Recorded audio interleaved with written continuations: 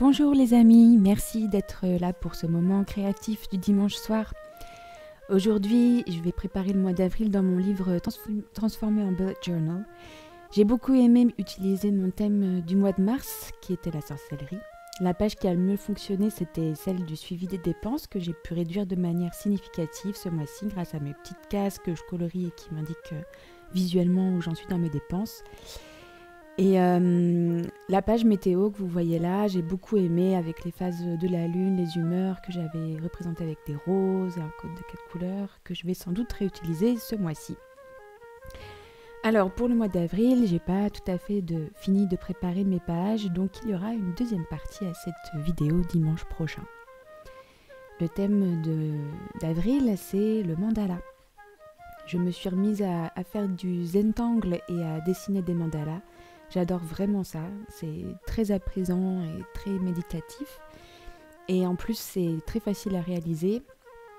Et le résultat est toujours joli, je trouve, même quand c'est pas parfaitement symétrique et géométrique. Pour les couleurs, j'ai choisi de rester sur des tracés noirs et de colorer les titres et les cadres avec un gel pen de couleur bordeaux. Et puis, comme d'habitude, j'ai choisi une police sur Dafont. Et ce mois-ci, c'est une police qui s'appelle Watermelon. Et je l'ai choisie parce que j'avais envie d'avoir des boucles, des courbes pour rappeler un petit peu le mandala. Et pour la page de couverture, j'ai tout simplement trouvé une image sur Pinterest d'un lotus que je trouvais jolie. Et surtout, les pages, je vais faire les mêmes décorations de coins qui rappellent aussi les motifs de mandala.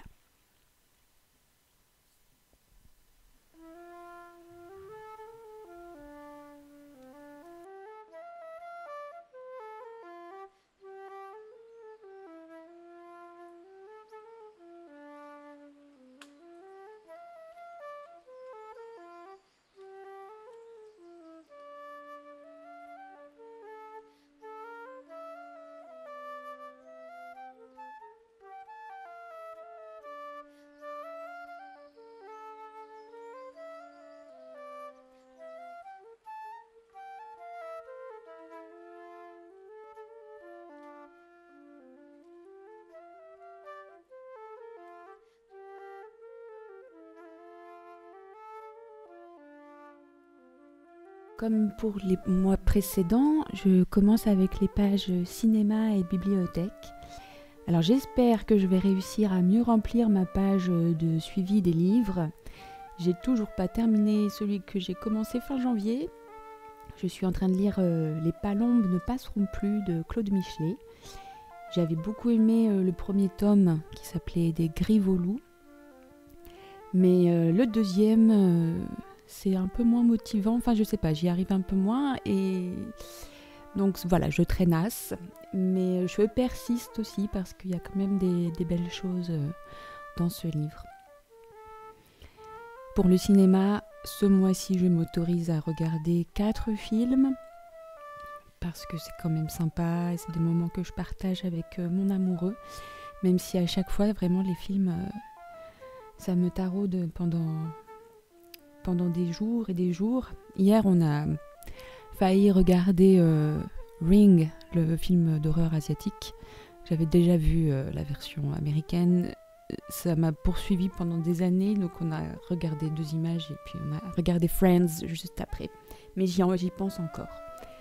Voilà.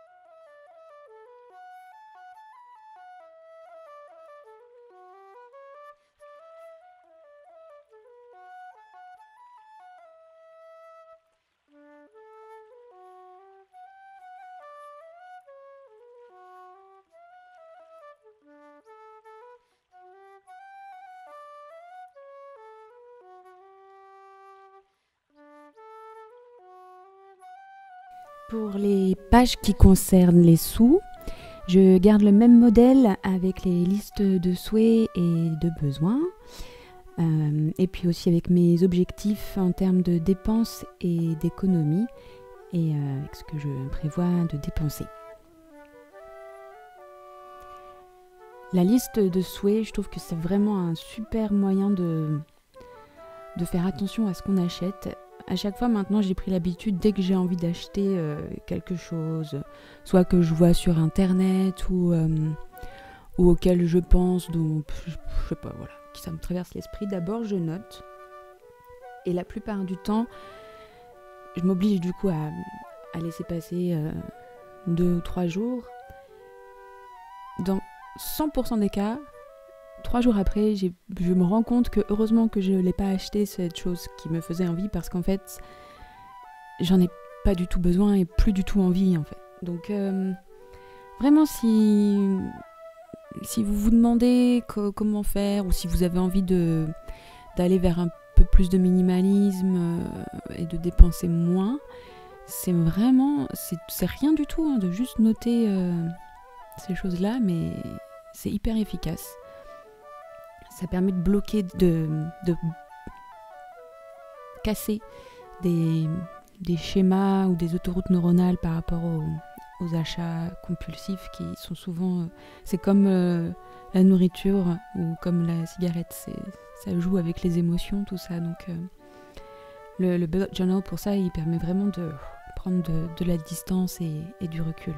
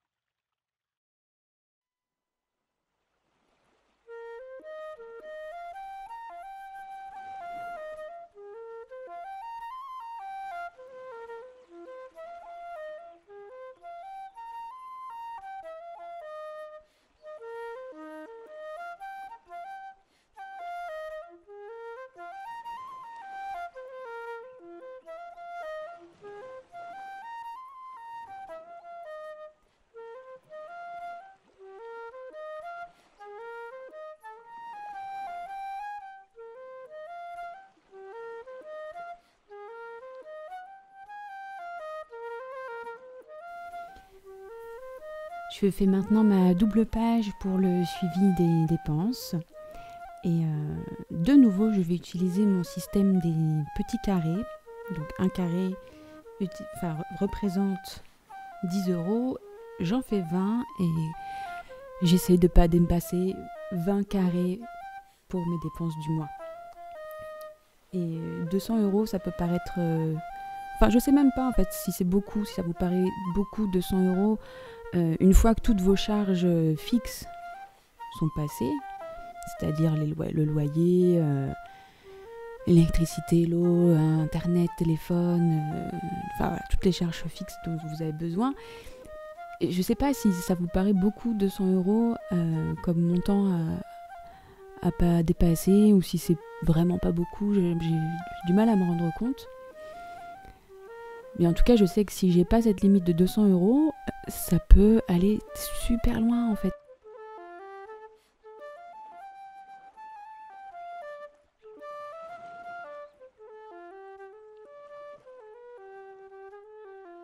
Alors, sans transition, on passe à des nouvelles pages. Je me rends compte que je parle et puis je fais pas très attention à ce qui se passe sur la vidéo. Donc, une nouvelle page ce mois-ci pour prendre soin d'une petite plante qui est juste en face de moi sur mon bureau. C'est une petite plante grasse. Et alors moi je suis je suis une serial killeuse de plantes, donc soit je les arrose trop, je les noie, soit je les oublie complètement et du coup elles meurent de soif. Donc voilà, je me suis fait une petite page pour ne pas oublier d'arroser régulièrement. J'ai simplement noté les dates auxquelles je dois arroser ma plante. Et en fait, c'est plus facile pour moi d'ouvrir tous les jours mon bullet journal. Ça, c'est une habitude que j'ai. Alors que observer la plante, prendre le temps de la regarder, et ben ça, c'est des choses que j'oublie de faire. Elle est là, mais elle est tellement toujours là que la pauvre, je la vois plus. Donc maintenant, j'espère qu'avec cette page-là, j'arriverai à en prendre soin.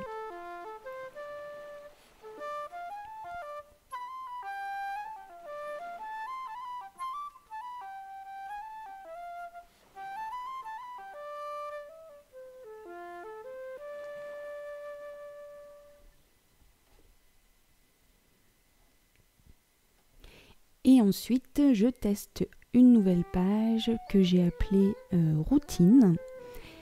Alors l'idée de cette page, c'est de m'aider à mieux visualiser mes journées, à mieux utiliser mon temps et aussi à mieux réguler mon énergie.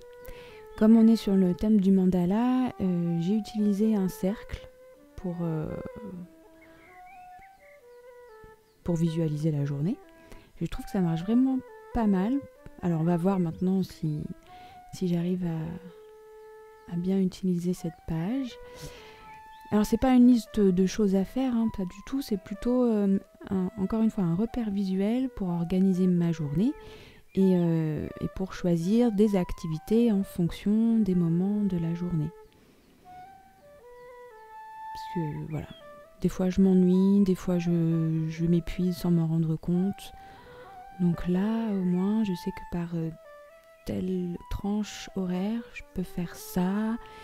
Par exemple, le matin, je peux plutôt faire ma petite méditation, le temps de me mettre en route avant de commencer à travailler. Pour la mise en route au travail, j'ai identifié juste 2 petites choses à faire pour rentrer tranquillement dans le travail.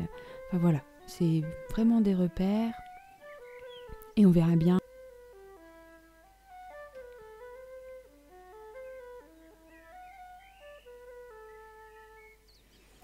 Et voilà, c'est tout pour aujourd'hui.